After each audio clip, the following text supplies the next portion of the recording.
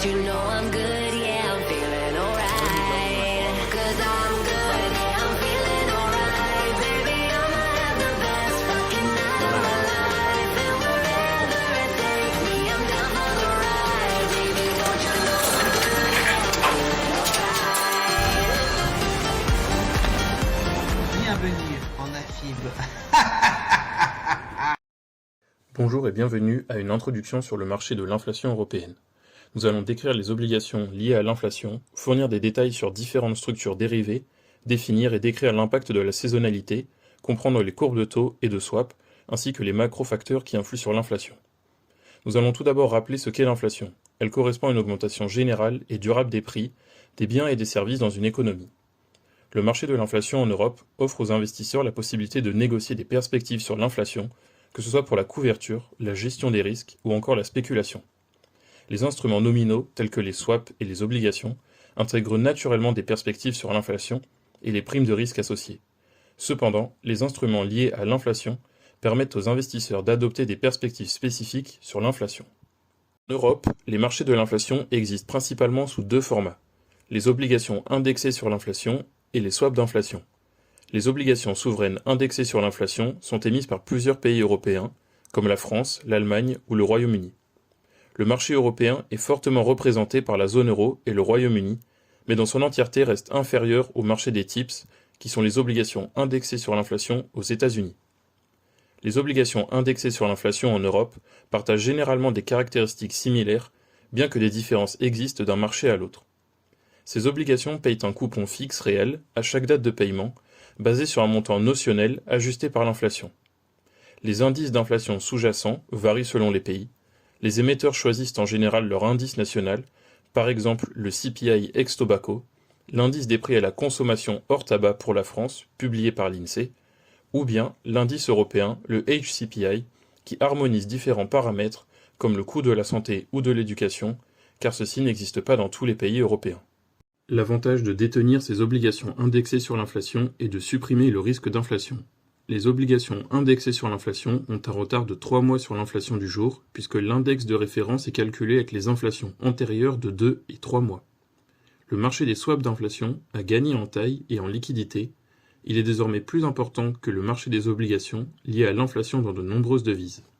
Les swaps peuvent avoir plusieurs formes. Le swap zéro coupon, qui est un échange du taux d'inflation réalisé avec celui anticipé sur un nominal prédéfini où les flux se font uniquement à maturité. C'est la forme la plus liquide et donc celle la plus traitée sur les marchés de swap d'inflation. Le year-on-year swap est une structure qui voit s'échanger le taux réalisé contre un taux fixe chaque année sur un nominal et une durée prédéterminée. Le real rate swap est quant à lui un échange du taux d'inflation réalisé contre un taux variable. Nous reviendrons plus tard sur les swaps d'inflation. Il existe également des options sur l'inflation, appelées cap pour l'équivalent du call et floor pour l'équivalent du put. Nous allons maintenant passer au concept de la saisonnalité. La saisonnalité est un facteur majeur des marchés financiers et en particulier de l'inflation. En effet, comme le montre ce graphique, les prix ont tendance à augmenter la première partie de l'année et de diminuer la seconde moitié. Afin de bien appréhender l'inflation future, il est donc nécessaire d'ajuster la courbe d'inflation anticipée avec ce facteur de saisonnalité. Le break-even d'inflation est un moyen très efficace d'étudier le rendement des obligations indexées à l'inflation face aux obligations traditionnelles. Ce break-even est égal à la différence entre l'obligation indexée et l'obligation classique. Ce paramètre représente donc le niveau d'inflation à partir duquel une obligation indexée à l'inflation est plus rentable qu'une obligation non indexée. Les break-even ont tendance à suivre le facteur de saisonnalité, comme le montre ce graphique. Il est également important de souligner que les facteurs macroéconomiques jouent un rôle prépondérant, notamment sur les niveaux anticipés à court terme. Les obligations indexées comportent plusieurs risques: le risque de taux, de liquidité et le risque d'inflation.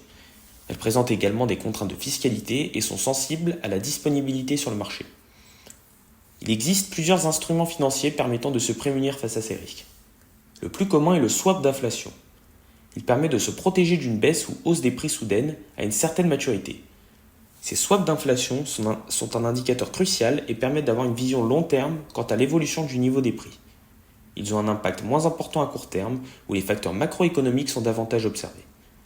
Le swap forward d'inflation 5 ans dans 5 ans est notamment l'un des plus regardés et donne une vision long terme de l'inflation attendue. De plus, afin d'avoir une vision clarifiée de la liquidité du marché, plusieurs indicateurs peuvent être utilisés, notamment le IOTA spread, qui compare les spreads des obligations indexées aux spreads des obligations traditionnelles.